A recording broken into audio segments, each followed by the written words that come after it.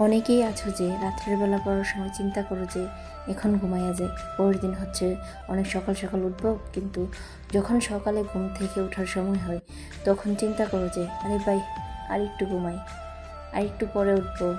এবং এরকম করতে করতে দেখা যায় সে অনেক পরে ঘুম থেকে ওঠে বা তোমরা ওঠো, এবং তখন অনেক আফসোস হয়। এর থেকে তো ভাই রাত্রে পড়াটাই অনেক ভালো ছিল। স্বপ্নটাকে হচ্ছে বড় করে দেখো, কারণ স্বপ্ন যদি তোমার বড় হয় তাহলে ঠিকই তুমি পারবে। তোমার মধ্যে যে স্বপ্নটা আছে সেই স্বপ্ন জিনিসটা তো অনেক বড় করে দেখতে হবে। আমি একটা এক্সাম্পল দিই। ধরো তুমি আজকে ঘুমাইছো, পরের দিন মনে করো তোমাকে অনেক ভোরে উঠতে হবে।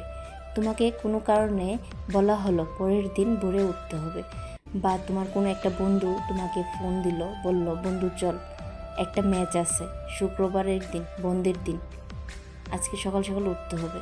তুমি কিন্তু ঠিকই সকালে উঠে যাবে।